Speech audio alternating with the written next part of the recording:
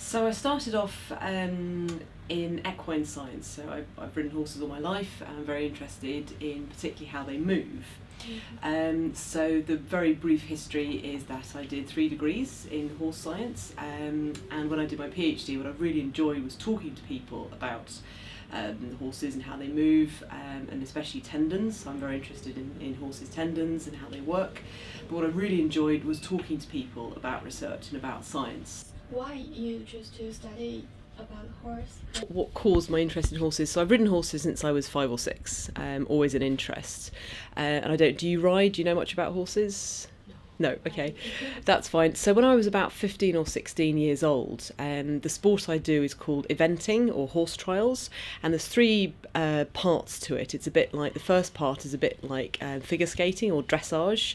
I don't know if you saw in the Olympics, it's called horse dancing, and so you're marked on how well the horse moves. And the other 2 parts to the sport involve jumping. So I saw you looking at the picture there. So that's the cross country. It's a bit like rally driving on a horse, and you've also got show jumping, whether it's again jumping but the pole's knocked down or not. But dressage, I remember thinking, what is it about this horse's movement that makes him better or worse than another horse? And I remember thinking, even at sort of that age, well, what's the judge looking for? In ice skating, for example, they've got a very set pattern of movements they have to do, and the judge marks them on artistic flair and how well they do the movement. And I remember kind of worrying about this and kind of thinking, what's the judge looking for? And then when I went to university for the first time, I read a journal article, which basically looked at things like the joint angles and how the horse's legs moved in space. And it said, right, this is what a good horse does, this is what a bad horse does. And it literally had numbers. And I just went, wow, that's brilliant. So that kind of made me interested in how horses move. But also, wider than that, it was all about trying to analyse things scientifically. So, it was all about opinion. It's all about what someone thought about the horse's way of moving.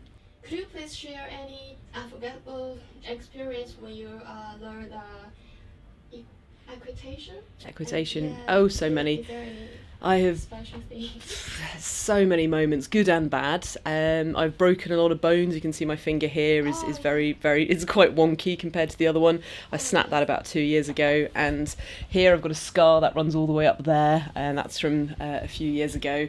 So yeah, there's been some bad points. Why do you think the horse are the ultimate athlete and are extremely adapted to move quickly? Horses are very good at sweating. Is that down the back of the horse's leg, you've got 2 tendons, just like we have. We've got, just like our Achilles tendon, they run down the back of the leg. And what happens is when the horse's weight comes down the top of the leg, these flex like that. So you can see that joint here is basically, it's like an elastic band. And that tendon that runs around the back of it has been stretched. And just like an elastic band that you pull, boing, it goes back again. So as the leg comes back off the ground, so as it's starting to leave the ground again, the elastic band shrinks back and it boings the leg off the ground. Does that make sense? Yeah. Okay. So basically the muscles don't have to work so hard. And in walk, the horse can save about 60% of the energy. And if you think that a car engine is only 30 to 40% efficient, horses are twice as efficient as cars, which is impressive. So that's one of the major ways in which a horse can just carry on moving. It's like a basketball that you just bounce, and you don't have to put a lot of energy in every time. So horses' flexor tendons can save a lot of their energy because they act like a rubber band.